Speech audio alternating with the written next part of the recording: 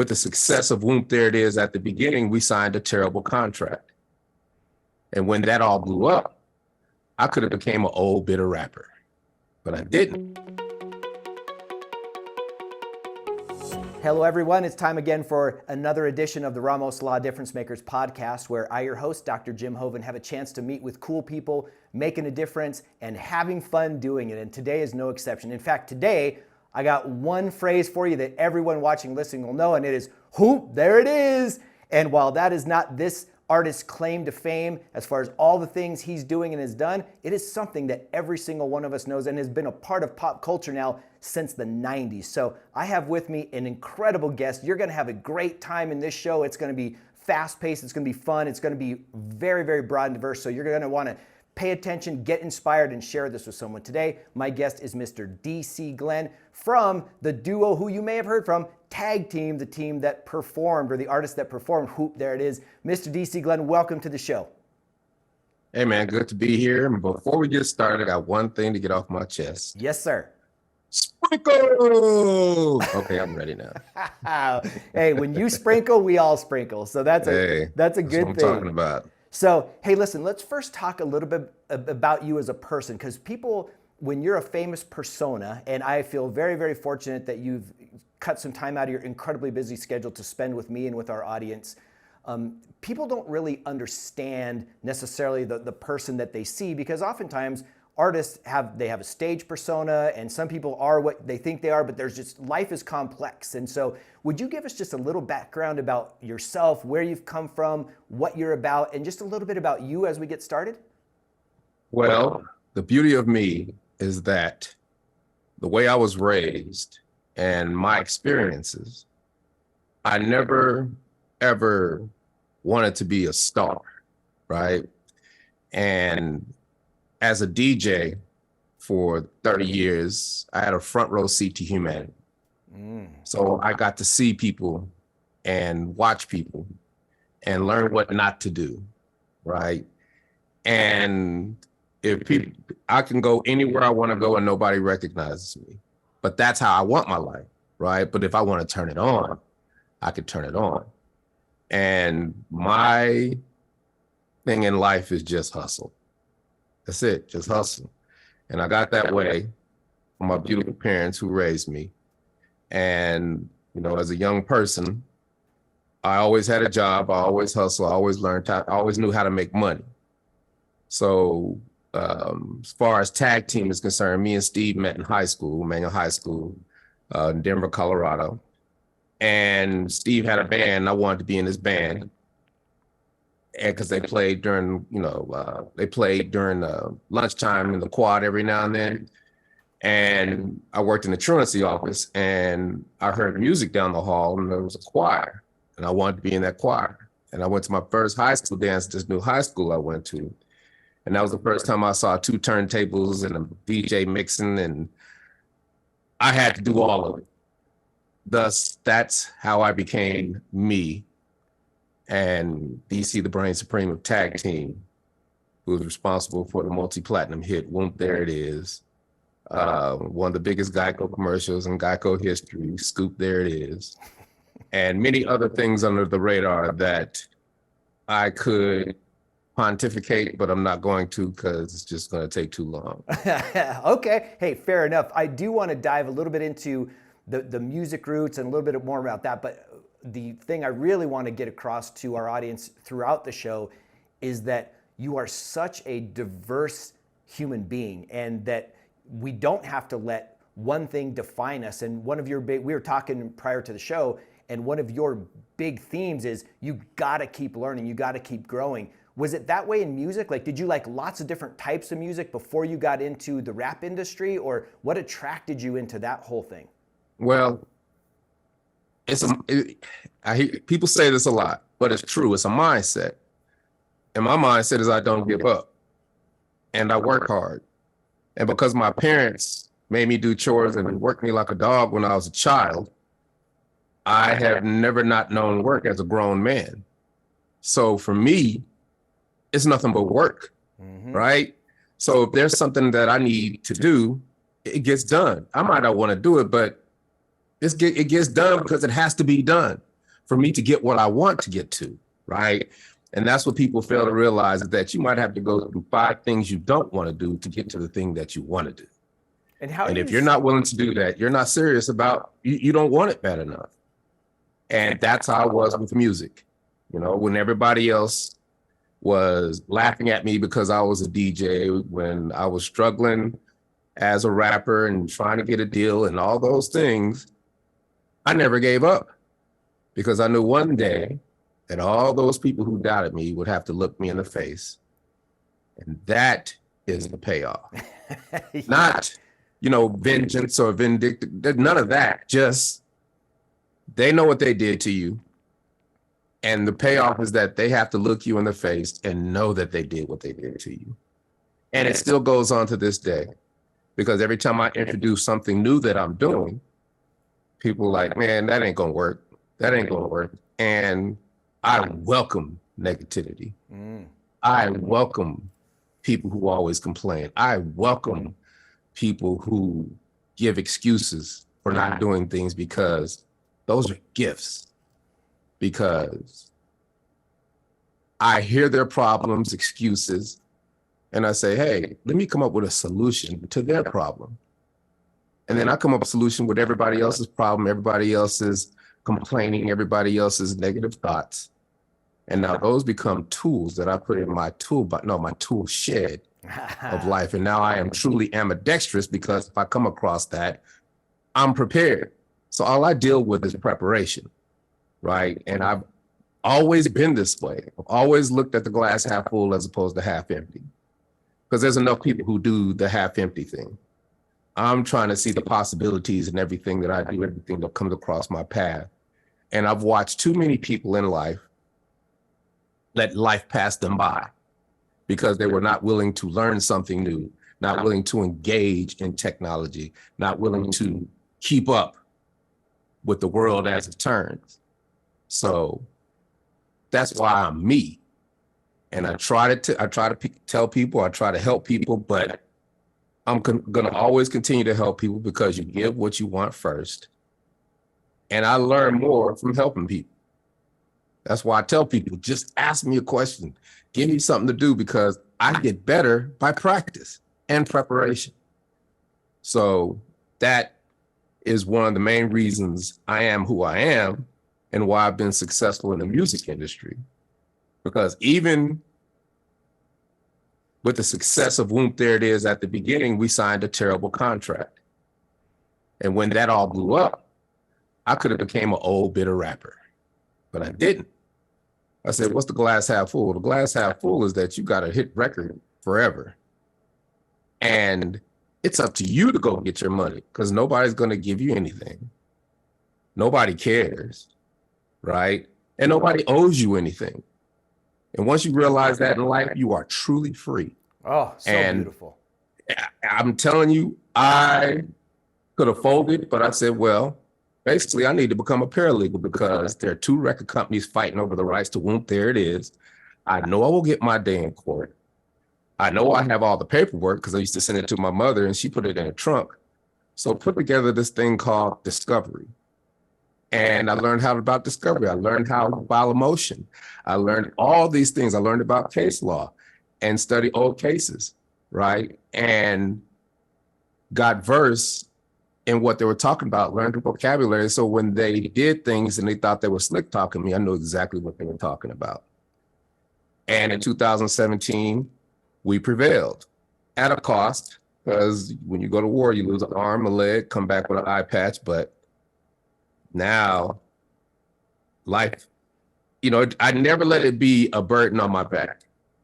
It's in the back of my head, but sometimes you got to sequester your pride and kill your ego to move forward in life, to reap the benefits that you are just due. That is and so if you do good. If you do that, everything is possible.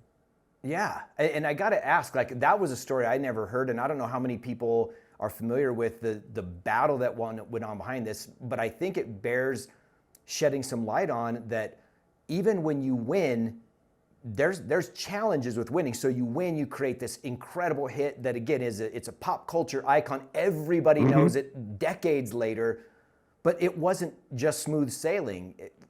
Can you describe the feelings that you guys went through as that was happening? Did you feel ever, and you mentioned a little bit, but did you ever feel like, wait a minute, this isn't right. We're having this happen. So you go, you study paralegal, and you get versed in what you needed to learn so that you could get through it with this. But at the same time, was there ever a point of like, wait, it's not supposed to happen this way because we're the artists, we did the thing. Like it had to be a shock at some point, which when you guys are younger and you're going through this, right? At the beginning, but I never gave up, right? That's the key. You don't give up. And I went through a lot, but I can't reiterate this enough. Every time traumatic events happen in my life, I vow that they will never happen again. So you get one chance to get me. And if you succeed, that'll be the only chance that's it. Because I'm going to learn how to protect myself. I'm going to learn what I need to learn for that not to happen again. And when you do that, you don't even realize that you've learned 10 things. My father used to call me jack of all trades, master of none. Everybody called me that because I'm always doing stuff, right? But what people don't realize is that if you work hard, hustle, play offense, don't give up, over time, you become masterful at all those trades. And then they come back to serve you in ways you never could imagine because they're all part of your repertoire. They're all part of your tool shed of things that you can utilize to get through any situation. So you asked about the emotions. Well, the emotions come when I'm sitting in a movie theater in 2003 and I'm looking at Will Ferrell dance on the table to my song. And I don't even know that deal happens. I have to find out sitting in a movie. That's crushing. Yes. But I put that back to the side because that's the glass half empty. That's baked in the cake. But what's the glass half full? The glass half full is that, what are you tripping on, dude? You are in a Hollywood blockbuster Christmas movie that will be played every year forever. So it's up to you to go make your money. And that's what I did. And then I started, I come up with this idea to run my life like a corporation. Okay, how do you do that? Well, what kind of corporation are you going to be? Well, you got to get somebody to do taxes. You got to get somebody, you find out all these little things and then you implement them. So I've been a C Corp since 2020. I do my own bookkeeping, got great tax people. I learn the tax codes every year because I got people who go to those different conventions and IRS meetings and all that. So I know how the laws change and I'm able to adapt accordingly because I learned how to be masterful at QuickBooks so I can see everything and make my own moves, right? That comes from me saying, I'm going to run my life like a corporation. Wow. Which is in the same thing with, well, I better become a paralegal because you don't want to let these things happen again and you learn what you can learn. And now it is easier to learn more than ever. And people don't even realize it because people live in fear. People are very gullible. And when it comes to information, I'm from the era of Walter Cronkite and Peter Jennings and people who just told the news. And everything else, I'm oblivious to. I know how to decipher, right? Plus, I will go find the information, and that's how I do what I do. And then now, with the advent of all this technology, you can be the one who's on the forefront of making something new. Yes. Innovative ways to show people how to market in the music industry. Innovative ways to show people how to do their websites differently. I'm in 5 different masterminds all over the world. And because I am who I am, most people don't even know that I'm who I am. Because the way I carry myself, I choose to do that like that so I can live my life. Yes. But when I need to get in the boardroom, guess who I am? You're right? The chairman of the board. And that's where I can go in and I can convince somebody that it would be in your best interest to deal with me because I'm gonna do whatever it takes for us to succeed. So that's me. And I mean, just today, I'm coding, writing websites, writing copy, just trying to figure out stuff. Got a course playing in the background at 5 times the speed. Like, you have to learn how to learn. It's not enough just to learn. You got to learn how to learn.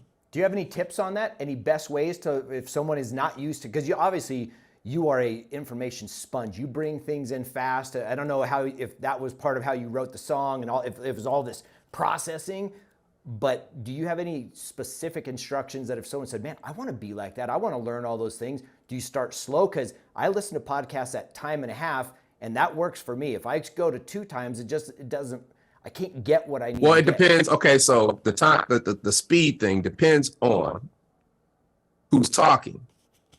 So if a person's talking slow, I'll do 2 times the speed, fast as I can get it, because then they make sense. Mm-hmm. If somebody foreign, Indian, Asian, whatever, 5 times the speed, because when you speed it up, you understand what they're saying. If somebody's talking fast, then maybe half speed, 1.5 speed. But you're never going to ascertain everything in one pass. So that's why I go 5 speed, because it's just looping. It's just looping, right? And you pick up things, because most of these courses, I know 70% what's in the course. I'm trying to pick up the little nuggets. And when I pick up those little nuggets, then I'm like, oh, he said this. Then my mind starts working. It's like, put that with this, what you're already doing. Now you have something new. So there's always a course going in the background, whether it be on SEO, whether it be on digital marketing, whether it be on learning Python, anything I want to learn. Then that's one way to learn how to learn, right? And when I get that course, I take that course. You know how courses are. They usually come or say you have 10, you want to listen to 10 podcasts. Well, I group them all together and make them one file. Then if it's one file, I don't got to stop and then get distracted and not even start the next chapter. Mm-hmm. It just keeps going. It's a loop. And it's running, and I'm picking up things. You don't have to sit there and try to listen to it. Whatever you don't know is going to automatically stick to your brain. And then you connect with it. It's going to connect with you because you didn't know it and you heard it and it triggered something. So that's one way I learn. Another way, this is the best way. I join organizations. I'm a part of 25 different organizations. And the reason I do that is because organizations are filled with people who love their profession. And they have been doing it 10, 20, 30, 40 years. And they can't wait to run their mouth about how good they are. And I get in these organizations and I go to all the conferences. I'll get on all the Zoom calls. I'll ask questions. I'll take advantage of every resource they have in that organization because that's what they're there for. I'm part of the Public Relations Society of America. And I got in there because I had a hit commercial in the middle of a pandemic. So I couldn't go through shows, couldn't do anything, but I'm not going to squander that opportunity to take one thing and turn it into 10. So I tried to get a publicist. They were like, well, we don't know. Yeah, we're not working. Nobody's working. And I was like, okay. I'm going to go be my own damn publicist. And I joined the Public Relations Society of America. And Super Bowl week 2021, I'm on a Zoom call on a Tuesday, with this CEO, 40 years, this firm, and everybody's asking questions. And I raised my hand and asked a question. I was like, our press release is still relevant? And they're like, well, what's it for? I'm like, well, I'm kind of featured in a Geico commercial called Scoop There It Is. And I started looking at the chat and it's like, wait a minute. I love that commercial. What's he doing in here? That's not him. Blew up my mother loves that commercial. Blew up the entire chat. And once they, then it was about me, right? But that's one of those ways that I use. I leverage my whatever it is that I am, right? To get people's attention.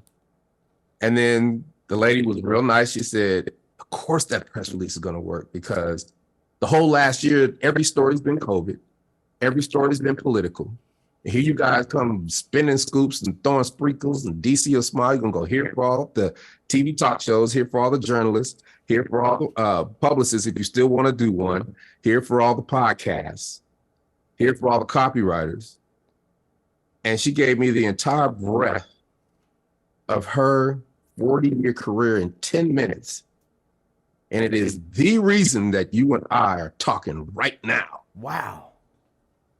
You see what I'm saying? Yeah. Because I joined that organization and I met people who wanted to help me.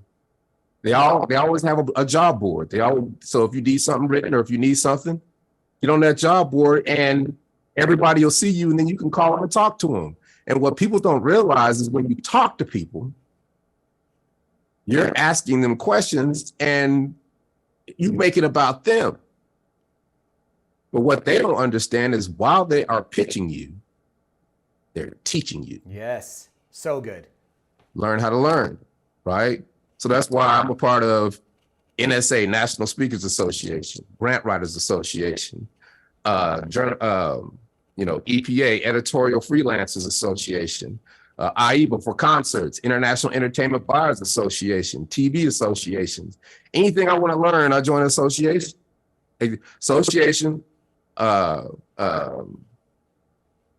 Society, or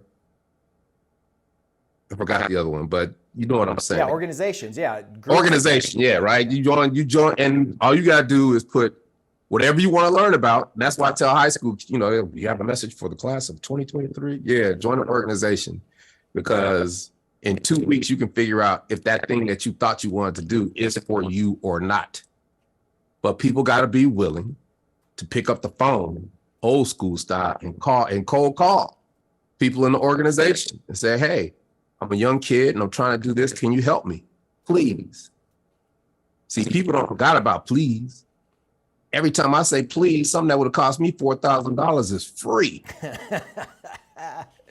You see what I'm saying? I love that so much. Yeah, people want to be taken care of. They want to be appreciated, and please and thank you are a lost art. And I got to ask on a follow-up to that, are you a pretty voracious note taker? You're gathering all this information. Do you write down and journal and categorize? So you put stuff in audio files.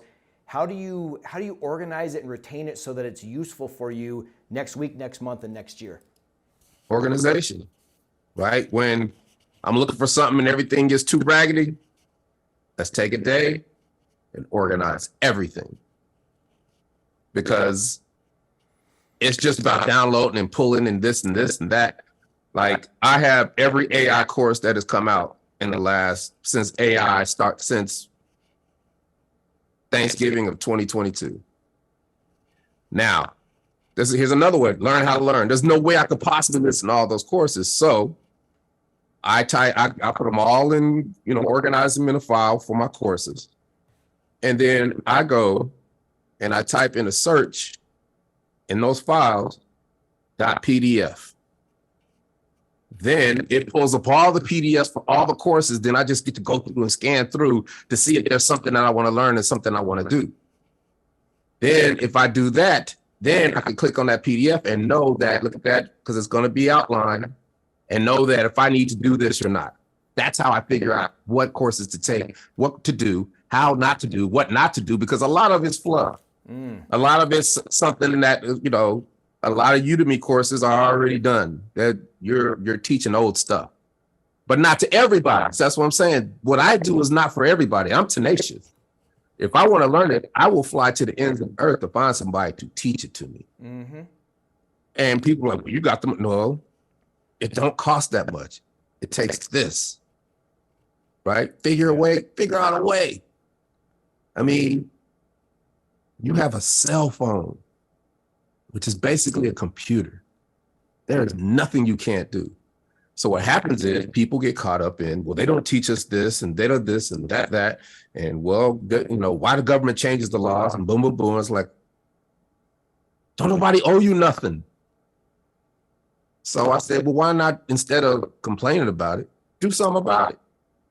So if the government changes the tax laws, I'm not going to be mad that the government changed the tax laws for the wealthy. I'm going to be like, oh, what did they do? How did they change the tax laws? Okay, well, let me go look.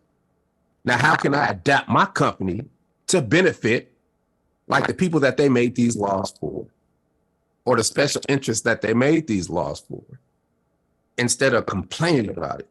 And that's what I do. When it comes to law, when it comes to legal stuff, when it comes to anything, I'm looking to find how I can adapt to what this government did to help somebody who asked for it. Because that's all somebody did was, hey, I got a bunch of money. Can you do this for me? Can you do this for my profession? Can you do this for this segment of society? You see what I'm saying? Completely. And you can't be mad at people for asking for that. Because if you could do it, you do it. See, it's about how you think about things. I twist everything backwards, right? I'm all about, so here's how I do it. I look at what I want. I look at the solution first. It could be the most pie in the sky, fantastical, far-fetched goal that I want to do. And they'll say, man, DC, you can't do that. And it's like, you know what? You're probably right. I can't do that now. But I see it. So what's it look like if I come back one step? Well, you still can't do it. Yeah, but it's a little clearer. What if I come back one step? Wait a minute. I'm kind of halfway doing those things. So this is what I'm missing. Because that piece comes from that course that's going 2 times speed that fills in that little hole now. What if I come back one more? Wait a minute. Wait, you're halfway doing that now. Come back another step. This is what you're doing. Come back another step. Well, here's where you're at now. And you work your way back to practicality. But what you've just done is created a reverse business plan with a step ladder to your goals and dreams. Wow, that is so good. That is so good. Hey, I want to but isn't it simple? It is simple. And if we can chop it down and break it down in our dreams that way, chunk them up or however you want to say it, that becomes really, really important. I've found anyway in my pursuits and what I'm doing is that if I can keep it simple and stay active, and some of the words you've used, tenacious and on it, and organized, all of that helps to my dreams. And I want to just shift just a little bit into something that you said with AI. I know you've hit it a couple times that AI is really, really taking off. I'd like to get your thoughts on it, but specifically first, as a musician, an artist, a writer, a voiceover talent, I wonder, and I'm not an AI expert by any means, I wonder if most people in your industry, in the music part of your life anyway, feel AI is a great thing, a good thing, a neutral thing, or a bad thing, in that I've heard of everything from deep fakes. Like I saw a Britney Spears sing a Frank Sinatra song that was purely AI deep fake, to where you couldn't, you saw Frank Sinatra sing a Britney Spears song. Well, obviously Frank Sinatra was dead by the time Britney Spears was doing her thing. It was unbelievable. The other side is, could artists get their information? Can people cheat using ChatGPT or GPT to write songs, for example, that it's not really coming out of their creativity? They put ideas in and now all of a sudden AI creates it. How do you guys as artists feel about AI in general? I can't even answer that question. Right? Because everybody has their perception of AI. Okay. That's why, I was meeting with a couple CEOs in the beginning, just taking them to lunch saying, so what the software you got, what are you doing? Right. And it's like, well, it's AI, so we can't get funding because, people are skittish about it. And I was like, stop saying AI. I said, tell the story. They're like, what? I said, tell the story. Tell the story of a man who can write okay, but now he writes flawlessly because he learned how to write using ChatGTP, because it is a tool. It's not a push button thing where you push the button and now you magically have an article. It's not that. You have to know how to ask that robot what to do. Mm-hmm. All your employees, like the beginning of the podcast, right? Your producer, you say, hey man, can you come turn this up a little bit? What if he came in and turned it down? Because he didn't understand what you told him. You see what I'm saying? Yeah. That is the essence of chat. So if I have a prompt and I were to ask that question, I start off with, you are an incredible audio engineer. You are versed in everything on the mixing board, podcasting, and beyond. Could you please turn up the volume 3 dB slightly, pull a little cutoff on my voice around 250 hertz, and make me sound like Casey Kasem. Now, for me to say all that stuff, that means I gotta know that stuff. That is the key. So for me, it's the greatest thing ever, because everything I learn, I adapt to the AI, and now I got it doing things. It's my assistant that can do anything for me that I want. And now what would take me 6 months to do takes me 6 days. Wow, that's so powerful. I love But I that. told the story. Yeah. You see what I'm saying? Yes. Telling the story explains to people what it really, you're not even thinking about deep fakes and all that stuff like that, because that can't be sustained, because you're going to get taken down if you do. It's cool for a minute and it gets headlines, right? But you can't get no money off of it, because you're going to get taken down from YouTube. You're going to get sued for copyright violations, right? But it is cool that you can do that. So you got to think long term. Can I make money doing these deep fakes and all this stuff like that? Yeah, you're tricking people, but you can only be tricked if you let people trick you. Mm-hmm. So that's why I don't even use that part of AI, because I can do it from scratch just as good. And I spent all these years training to do it from scratch. So if I'm in this mastermind, because I'm about 4 or 5 writing groups. They're all panicking. They're like, AI is going to take my job. AI is going to do this. AI is going to do that. And I'm like, first of all, you have the ability to write. The reason you don't have the clients that you want is because you've left all the money on the table with your website. You have not been able to get in front of the people who can pay you. Nobody can find you. You have a beautiful website, but it's just in the air. But if it was optimized to copy editors for hire or whatever the keywords are, then that's getting in front of the people who can pay you, who need your services. See, it's all about the mindset. Like people always tell me, man, don't you do this? How come you got to do social media? No, I don't. Yeah, you do. It's the new, you got to do it. I'm like, okay, so I do social media, but I do it differently. I do it backwards, because I don't need 100,000 people to like me. I just need 100 people to pay me. Therefore, every post I do is optimized to rank on the #1 search engine in the world, Google, because I fashioned that post to answer that question or that pain point that person wanted. So if a person wants to know about AI and how to be a prompt engineer, well, I made a post, optimized it. Now it's going to rank on Google because it is relevant, and Google is a search engine. It is trying to get people what they want. But if you don't follow Google's instructions, they give you the recipe. That robot is greedy. It loves to eat. Google gives you the recipe. So your choice is, what are you going to be?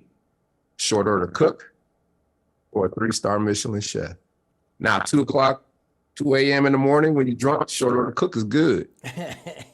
But when you're not drunk, 3-star Michelin chef that can cook anything you want, according to, and just please your palate and give you what you want. That's what I choose to be. You know what? You have said something that I first heard many, many years ago listening to a podcast now, and it hit me then because of our business model. So, at our law firm here, we do predominantly personal injury work, and the founder of the firm is a board certified trauma emergency room medical doctor and an attorney. And because he understands injuries better than basically most other people on the planet, it gives us a really unique competitive advantage against other attorneys who frankly just don't have that depth of knowledge. And so in this podcast, I heard this guy say, your biggest advantage as a human is the skills that you've acquired, the experiences you've had, and then combining them. The combination is what makes you unique. And you have shouted that from the rooftops without saying it, that all the things that you've become, you are one thing now because of multiple things. And now you're a very unique and beautiful animal, if you will, that is a kind of a one of a kind, and that puts you in a different space. And that's part of age and experience and tenacity and all these things. Have you ever thought about it that way? Think about it all the time, because I do music industry podcasts, right? And people ask me this all the time. Don't you hate what they've done to hip hop? All these young kids, their music sucks these days. I'm like, man, first of all, you sound like old bitter dude. Get off my lawn, guy. Yeah, that's how you sound. And, you can't hate. There's two things. You can't hate on young people for being young, and it's their time. And, youth is wasted on the young because you were just like them back in the day, right? But you're so blinded by all this, whatever it is, that you fail to realize that you have the one thing that they'll never have: experience. I could do what they do, but I don't need to do what they do. I can take what they do, put it with my experience, and come up with something new that appeals to them and to everybody. But like I said, I don't need everybody to like it. I just need 100 people to like it and pay me. It's that simple, right? Because all you need is one. All you need is one. That can be so lucrative that you're set for life. Mm-hmm. But you can't get there if you're always not opening your mind to every possibility, right? And I just don't quit. The pandemic taught me that as long as you're breathing, there's nothing on this earth you can't do. Now, I'm not going to go try out for the Denver Broncos. And so there is an age factor here. But as far as intellect, as long as you're breathing, there's nothing you can't do. And it's amazing because this is what I realized too, there are no mistakes and there are no missed opportunities, right? Because 1994, I'm in the bowels of Disney, and Disney put us on to do a Mickey Mouse record. And I taught Mickey Mouse and the voices of Mickey Mouse and his wife, husband and wife team how to rap. And they taught me about voiceover and how I should be in voiceover. But my hubris as a young man, I'm tag team. I'm the greatest in the world, right? I didn't see that opportunity in front of me, and I beat myself up for years. But now, I never gave up. Now I'm a voiceover artist doing voiceover for Amazon and television and this and that, right? I've succeeded in voiceover. 1995, I'm sitting in the office of the newly formed New Line Cinema because my manager and the president of New Line Cinema went to college together, and he's like, hey, man, I might want to cast you for this movie. It's a vampire movie. Now, the leads are Wesley Snipes and LL Cool J. They're fighting for the lead, but I think I might want to cast you for some other things. I'm like, yeah, talk to Pam. We can make it happen. And that movie was Blade. And I beat myself up for years because I was there. But sometimes in life, my Aunt Judy told me this. She always was like, baby, sometimes in life, you're just not ready. And After all those years, now I'm an actor. 5 movies, 5 or 6 TV shows. I started in 2017. And the only reason I'm not doing it now because I got to take 3 COVID tests before I get on set. But I can go back to acting anytime. You see what I'm saying? Because I put in the work over years. But then, because I was a voice artists helped acting because I learned the actor made voice, just made it better. So when the pandemic hit, it was like, this is what I loved out of the pandemic. That side is that side. We all know what that side is. But the side I love is that everybody asked themselves the same question. What the hell am I going to do? And I love that because now we're all in the Serengeti together. Where you're going to be predator or prey. I said, I can't do shows. I can't do this. I can't do this, but I can rock this mic this week on NBC, right? So I said, reinvent yourself on voiceover. And it goes back to your question. What do you do with all this information? How do you store it? Do you organize it? Well, everything that I've ever done for the last maybe 20 years, I record, whether it's a conference, whether it's if I'm paying for it, I'm recording it. And acting classes, voiceover classes. I had 50 voiceover classes. I fly to New York and LA. Spent that March organizing them and started going through them one by one. And I heard my first class and it almost made me cry because I sucked. And I had to hear myself, the 2009 version of myself talk, and it was gut wrenching because I was so thinking that I could whoomp, there it is, my way through anything. And it changed me. But then I'm like, wait a minute, I understand what they're saying because I wanted to blame them like they're not coaching me right. And it was like, it was their fault. But then I'm like, wait a minute, I understand I didn't know the vocabulary. So I did that first script again and listened to their instructions and what they told me because I never gave up on voiceover. And this is like 2009 when I took these classes, right? And I redid that during the pandemic and it was angelic. It was the first time I had mastery over my voice. And I went through all 50 of those courses and all of a sudden I started looking for everything because back then, every commercial was, we're all in this together, COVID, right? Every commercial was like this. You know what I mean? Take care of your neighbor. Yep. It's going to be all right, right? And then I get a call from my acting coach. Hey, what are you doing? We're shooting a movie in Nebraska because they letting everybody shoot in Nebraska. I said, I got a hazmat suit. Went to Nebraska and made that during the pandemic, when it's in the heart of the pandemic, shot my first movie. Then I shot my second movie. Then I do a Publix grocery store chain, voiceover, another voiceover, and here come Geico, right? And everything that I've done leads to something else. Because if I don't start SEO, Geico can't find me because the ability to be found is paramount. You get in front of the people who can pay you.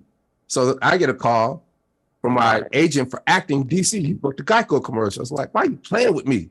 I haven't even auditioned for a Geico commercial. She's like, no, DC, tag team. I was like, oh, think of that. They called my tag team phone.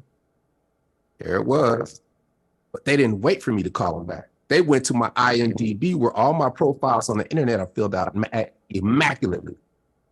And they called my agent for acting and say, we got something for tag team. She calls me. I let them make the deal because now I don't got to get lawyers or anything because this is what they do, make deals. And it is the biggest, most lucrative deal I've ever made in my life. Wow. All because in 2011, I made a vow that because everybody thought Barack Obama was in our music video because of a Gawker article. And we did ABC, NBC, CBS. We did all the TV shows for 2 weeks. And at the end of those 2 weeks, I didn't have no money in my pocket. And I was pissed. I vowed that that'll never happen again because we didn't have an internet presence. We weren't doing any marketing. We weren't doing anything. And I vowed that'll never happen again. I became an SEO master. And I am masterful at SEO, search engine optimization, digital marketing to this day. And that's how they found me. Wow, that's impressive. Hey, on a personal note, what kind of music do you listen to now? Are you still into hip hop? Are you a wide genre I don't listen to guy? music. You don't listen to any music? Mm-mm. If I do Okay. listen to music, I'm listening to, I've been a DJ all my life. So being a DJ and you're not DJing, you don't listen to music. It happened after Whoomp. After Whoomp, I wouldn't listen to music. I don't listen to, I have too much other stuff to do to listen to music. Now, I hear it, but I'm not listening to it. Right? It would take me 2 days to get back to verse because that's the riding the bike thing. I'm a DJ. So there are certain skills you acquire being a DJ, which is, and this is even better for me because back in the day, if you weren't the sign of a good DJ is if your dance floor was packed. The way you kept the job is if your dance floor was packed. The way you really kept the job is that I turned that into not just being a DJ, but being your sound guy, your light guy. Do your radio commercials, cut your TV commercials, take your pictures, do everything I can because I try to tell people do this every day. You have to make yourself invaluable. You got to hire 10 people to do what I do. That's how I'm like that because there's benefits to that. And you always have to have incubating things working.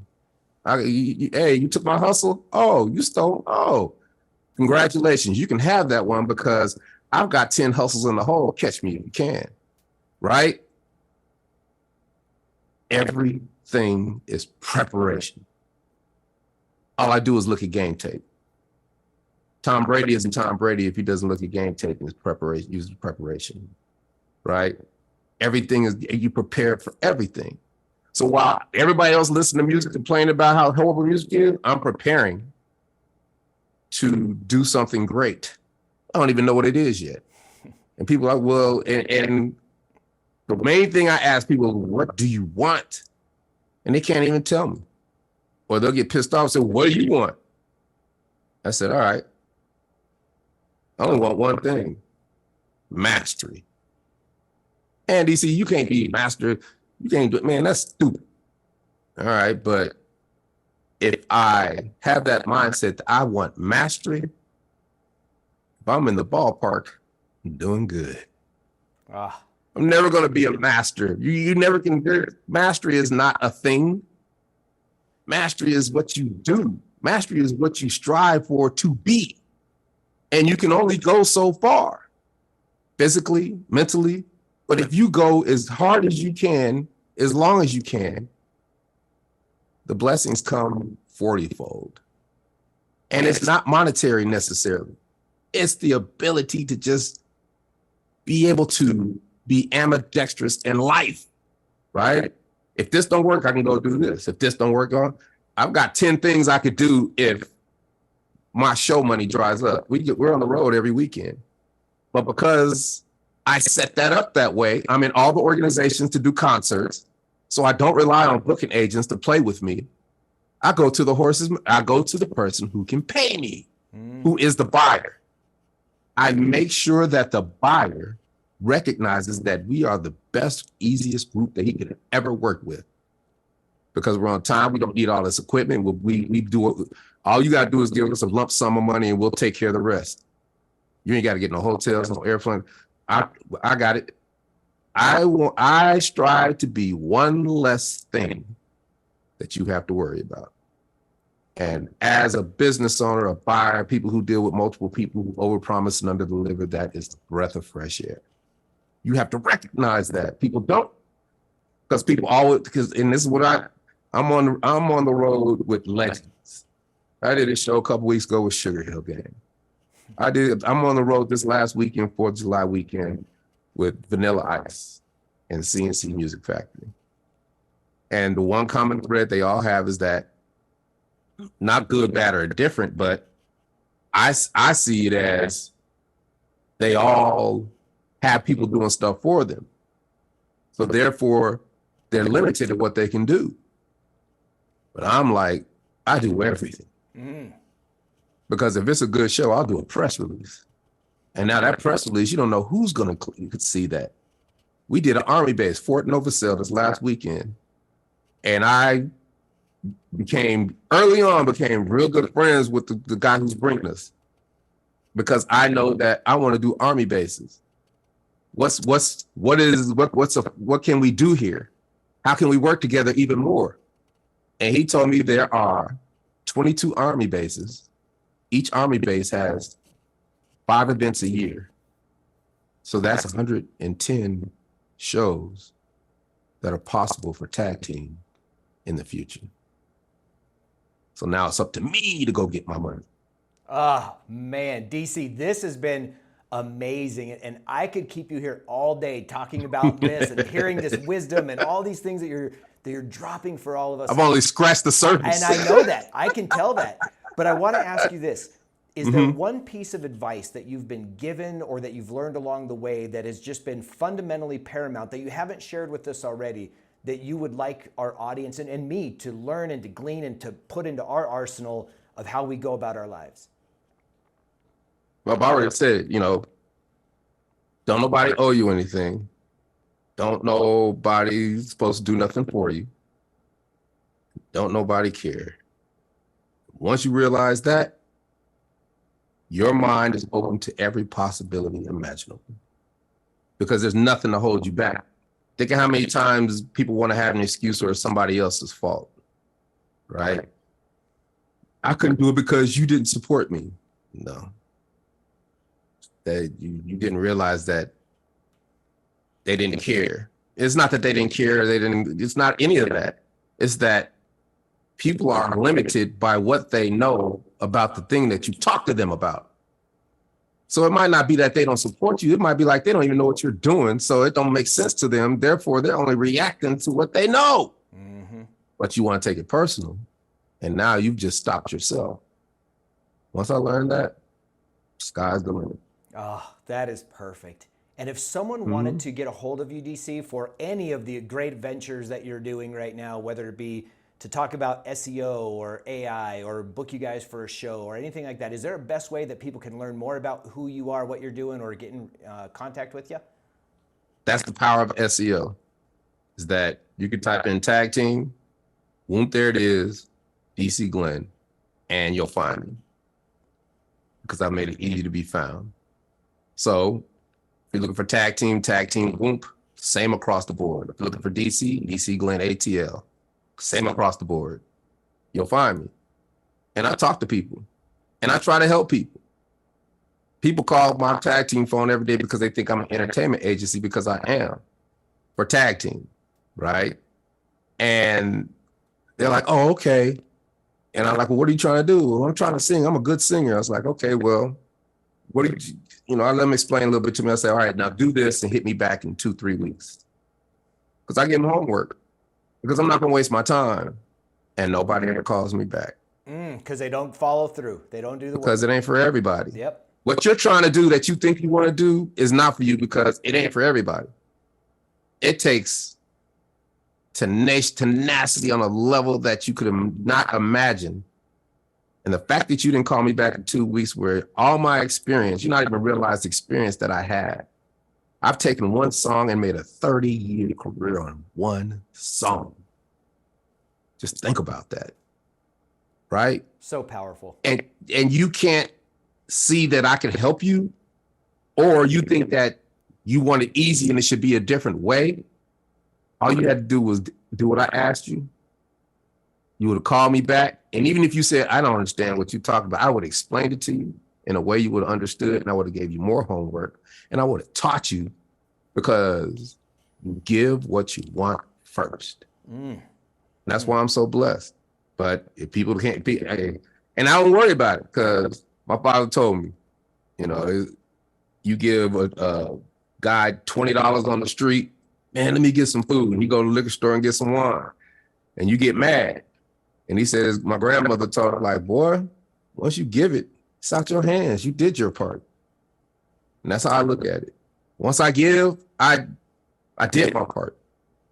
The universe takes care of itself, right? So I want to thank you for letting me come on here and just run my mouth, because I learned more from running my mouth.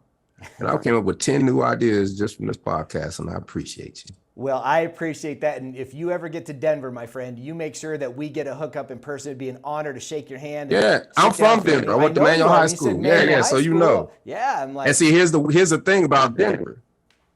I worked in Mile High Stadium through my youth. I always had a job in Denver. Worked at Dolly Madison Ice Cream on Colfax. Yes, sir. Worked at Aurora in the college, moving around AV equipment for each classroom. Yep. Worked for the Rocky Mountain News as a paperboy. Come on, man.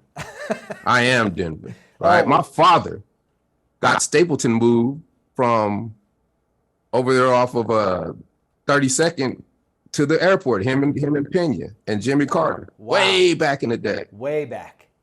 Right. Like I've been a part of a lot of Denver history. Right. But it's Denver. It's home to me. Right. So it's like everybody I meet is from Denver.